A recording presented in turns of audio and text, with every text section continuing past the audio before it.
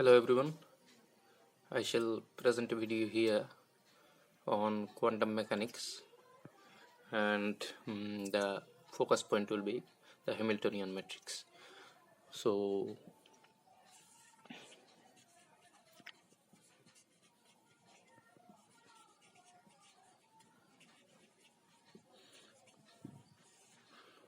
the idea of quantum mechanics, as it has been developed through years, starts as a hint to the problem faced by Maxwell in studying the specific heat of some gases, and another thing was as elaborated by Jeans, uh, the complete explanation of black body radiation. And then it was succeeded by Planck's wonderful discovery of the quantum mechanical formula of black body radiation. Although he arbitrarily assumed something, the thing grew and grew. It was taken up by Bohr and Heisenberg, and they together made the matrix mechanics possible, and later it was refined by Schrödinger and better conceptualized and represented in the bracket notation as given by Paul Dirac, and so a generation came and thrust up the issue. Okay, here we'll talk only about the Hamiltonian matrix, and this was a part of the matrix mechanics as given by Werner Heisenberg, the man associated with the great uncertainty principle.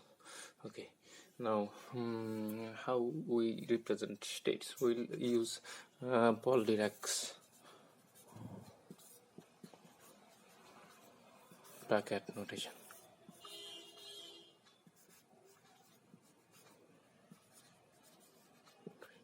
Okay, it is given by, say, psychet 5 bra. These are all states of a system, or E bra, or get. You can use any language whatsoever. Now, what is the main issue is what if a system jumps from one state to other? For example, it was in this state and it goes to this state. The probability that it is called the amplitude that the quantum mechanical amplitude that it was in this state and it went to that state, just from here. Right to left, just like Hebrew or Arabic notation, we'll study from right to left. This is the quantum mechanical amplitude that the system was in state this, and from this it went to another state, and it was given by this. And this thing is represented in this manner. Okay, the amplitude, and the probability is given by this thing multiplied by its complex conjugate. And interesting fact is that just interchange the cat and bra, and this will give you the complex conjugate of that. So this is the probability that the system goes from this state to this state. Okay. So these are the basic points. Another thing which we will mention here and which deserves mention is the identity operator. Identity. And what is that identity? this thing is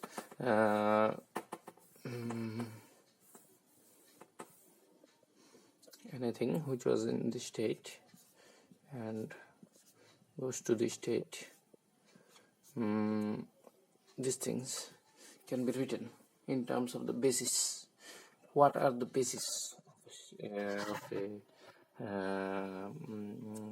state? What are the basis of a state? This is just like a coordinate representation, x and y, isn't it? Any point, let this have coordinates x, y, then we write it in terms of a vector. Say the position vector r vector is given by x I cap plus y j cap. So I cap and j cap are the basis, and x and y are the coefficients. In the similar manner, this thing can be written in terms of its basis. Say this be the basis, j cats be the basis. If these are the basis, then this thing can be written as summation over j. This thing I think can be proved, and Feynman has proved it before using apparatus, but we will not prove it here and take it as a postulate. Here we write it likewise, j. First one was cat, this is bra, and this thing. Okay, so for the reflection, see, this thing is written in this form. So this is one of the important things, prominent thing that you will use. And next we will go to the concept of the apparatus. So what is the apparatus? Apparatus is something which changes one state to another state. Say apparatus A, acting on it, it changes to this state. Okay. Apparatus, the anything which is evolving out of time can be also represented. Say this thing after time has evolved into, these are separate states. Okay, but here we use apparatus. This apparatus is called the time evolution apparatus, U, or more properly, more rigorously written as U t plus del t comma t. Okay, this thing about apparatus. Now we'll abstract an idea out of this. What is the idea? Okay, the idea is we'll multiply it by a base, a known base. Say I bra over here and over here. This thing will give us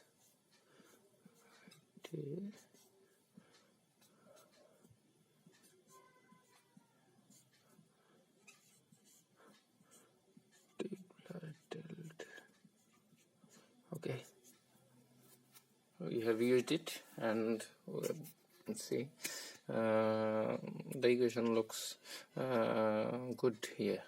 See, we have involved the one of the base states, eyebrows, the system. Now what we'll do is see, this thing can be written in terms of the basis. How? We know that see, anything can be written in terms of its basis, isn't it? In terms of its basis, this will give us summation over I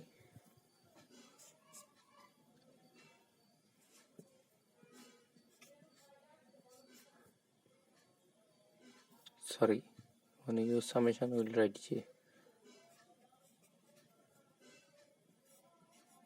Okay, we'll use this.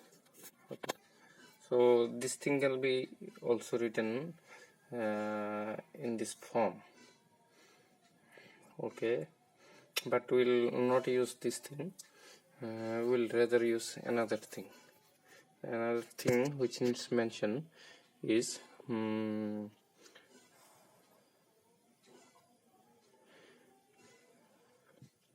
yes, we are using this thing, the same thing. Yes, here see,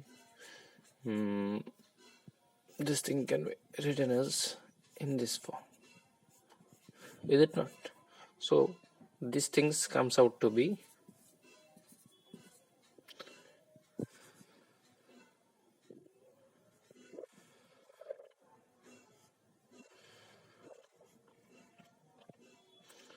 summation j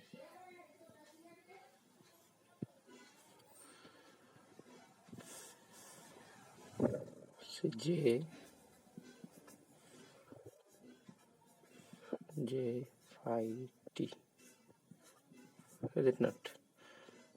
This gives us this thing. See, this thing is just like this thing. This is coefficient term of the basis.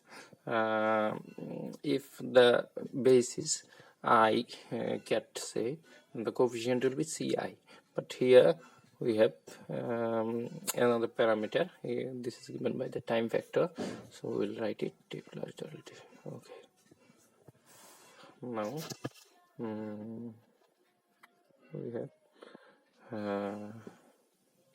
see, I can be we can enter it over here, and this thing will look like I. We have multiplied with I, and this thing uj, you can make it clear later, and this thing over here gives you cj time, isn't it? This is just like that coefficient.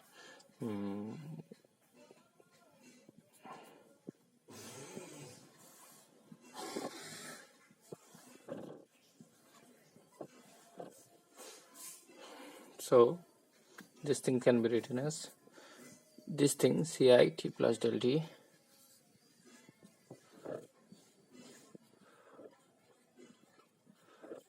is equal to summation j. This thing is written as uij as a shortcut coefficient. You will find it in tensors, that means various coefficients are used. Cj t. Okay, so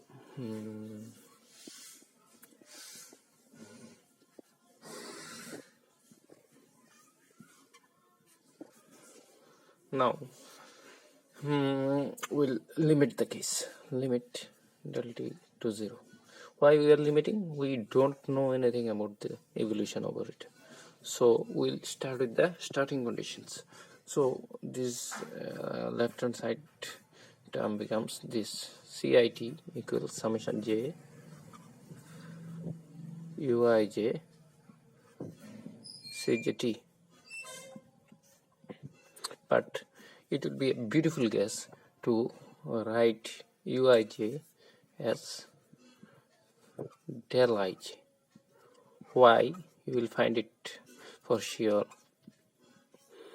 yourself. Say cit equals del ij cjt. If j not equals to I, then this term will cancel out everything, and only thing that remain will be j equals to I. Then del ii will be equals to 1, and this will be cit. The cit will be equals to cit. Then this is a trivial concept. It need not be like this, but it is seen that if we take it as this then many of the quantum mechanical experimental results follow. So we'll write the next thing is what we'll consider the linearity. This thing for del t tends to 0, we write it uij as del ij, isn't it? But what will be for a del t not tends to 0? Then there will be certain terms which may be proportional to the time interval. So the first thing we'll conceptualize here is it is proportional to the time interval.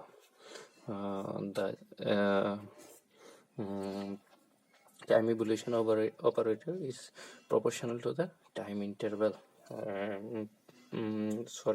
Is equals to the Kronecker delta function here plus something which is proportional to the time interval. This is a assumption and linear assumption. So in order to maintain the coefficients, we'll write something here kij. Okay, so what by quantum mechanical experiments, what have been shown is that this kij is nothing but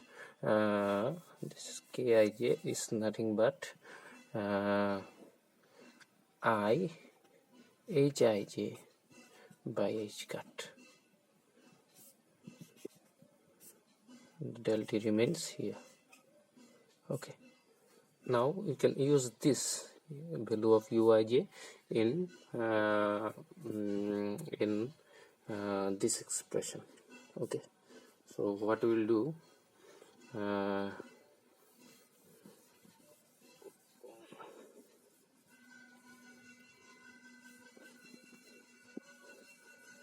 then see ci t plus del t equals summation j del ij cj t plus summation j. What is the remaining term? I hij, isn't it, by h cut times del t into cjt. Okay, so first of all, see summation j del ij. See we have over here summation j del ij cjt. So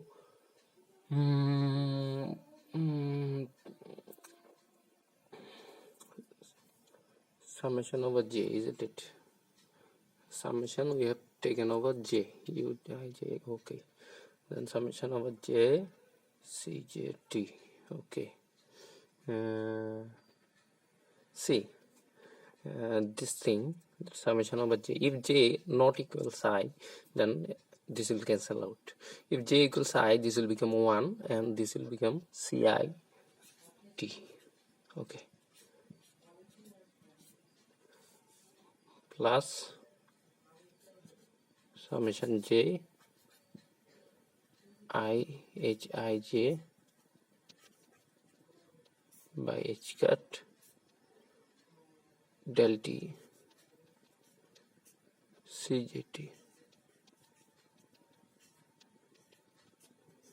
Okay, now we have here interesting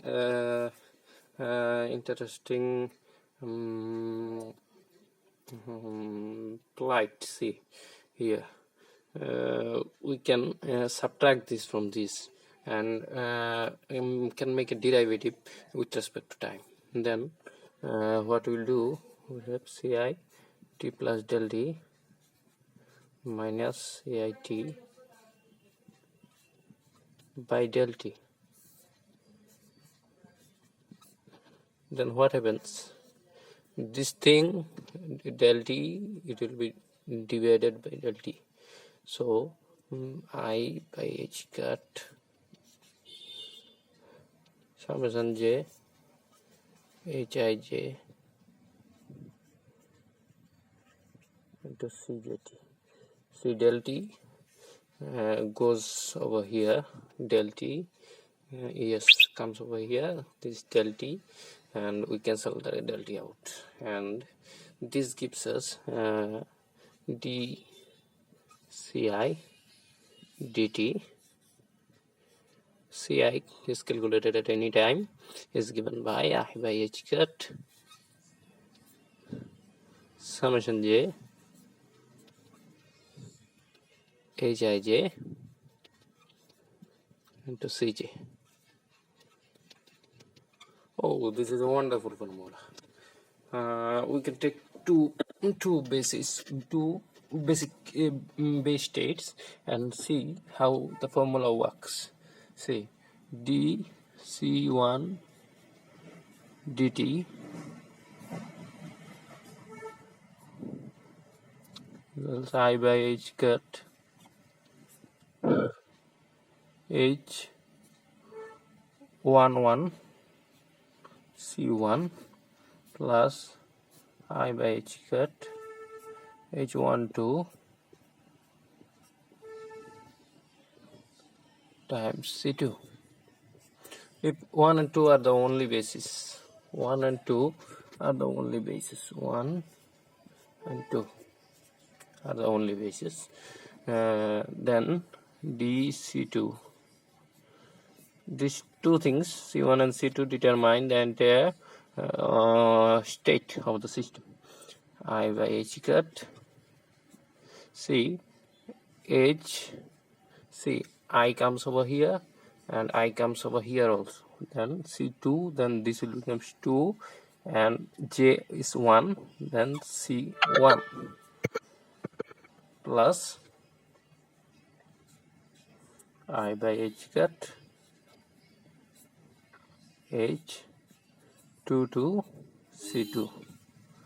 See, we have a beautiful arrangement here, and from this we can abstract out something like this, h11 h12, and for many bases h13 and so on, h21 h22 h23 and h, if there are n bases, n1 hn2 hn3, and this will complete in hnn. So how many Hamiltonians are there? H, how many H are there? See, H11, H12, H13 here, n number of H's, and here are n number of columns. Okay, so there are n square number of elements here, and this is the Hamiltonian matrix. Okay, this thing which we have done over here, the derivative term which I removed here, rubbed off, the derivative term that exists is something that tells about the state of the system as time evolves, and that is comparable to with the Schrodinger equation. And that is all for today. Thank you.